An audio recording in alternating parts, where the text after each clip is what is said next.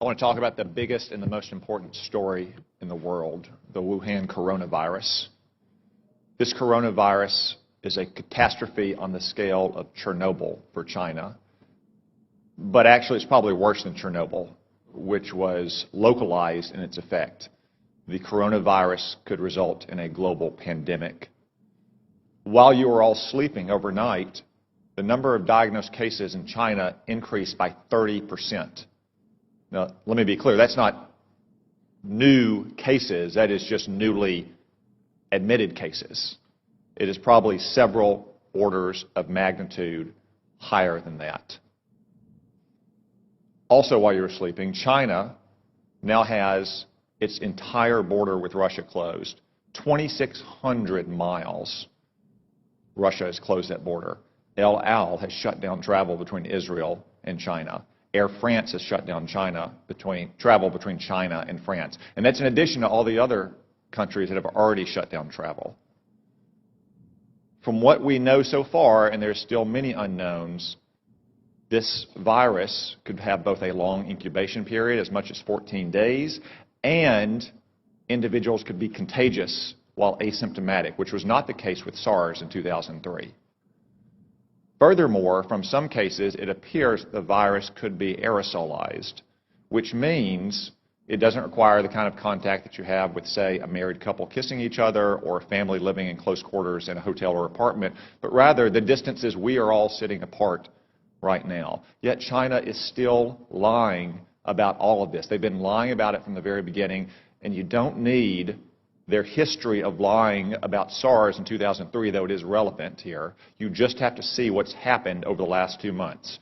We now know that the first case manifested no later than December 1, even though China didn't reveal it to the WHO until a month later on December 31st, when they continued to hide it from their own citizens. And they continued to say that it had been contained inside Wuhan. Today, it is in every single province in China. They also claimed for almost 2 months, until earlier this week, that it had originated in a seafood market in Wuhan, that locals had contracted it from animals in, say, bat soup or snake tartare. That is not the case. The Lancet published a study last weekend demonstrating that of the original 40 cases, 14 of them had no contact with the seafood market, including patient 0. As one epidemiologist said, that virus went into the seafood market before it came out of the seafood market. We still don't know where it originated. Could have been another seafood market. Could have been a farm. Could have been a food processing company.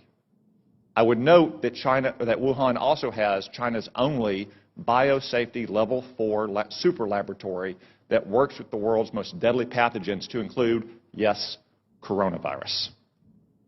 Now, look at China's own actions. They have quarantined 60 million people, 60 million, more than the entire population of our West Coast. They've shut down schools indefinitely. Classes canceled nationwide indefinitely. Hong Kong, a part of China, has basically shut down all travel from the mainland. That's why it is essential that we immediately stop all travel on commercial aircraft between China and the United States. Making exceptions, of course, for American citizens to come back, as we just brought back yesterday. Allowing essential trade to flow as long as crews on ships and aircraft are not allowed to go into the general population in America. And making exceptions, of course, for medical personnel to go into China to try to get a handle on this. It is essential that we take those steps.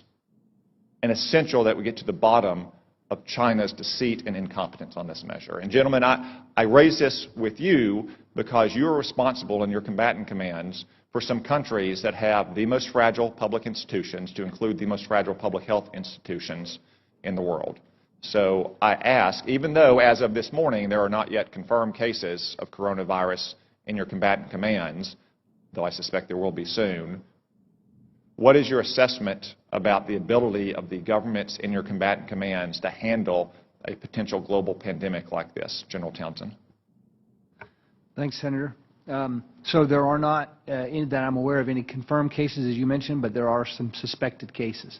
The first report of suspected case I've heard of is in Djibouti, which you would imagine with a significant Chinese presence there. So the capacity of African nations to deal with this problem varies widely. For example, in Eastern Africa, Central East Africa, they've been dealing with Ebola, and they've been dealing with Ebola largely on their own and doing a pretty good job of it. So I think capacity there, but anywhere else in Africa is probably not to that degree. Admiral Fowler. The Venezuela crisis has already strained the social services of many of the nations. As you're aware, Senator, we had to deploy the hospital ship Comfort twice in 1 year to last deployment 12 different nations, and in one 5-day span it can do the equivalent of a whole month for a region of some of the major countries. So I would be extremely concerned. Like General Townsend, the capacities vary widely, but in many cases they're strained, and to the limit I'd be very concerned if we saw this spread.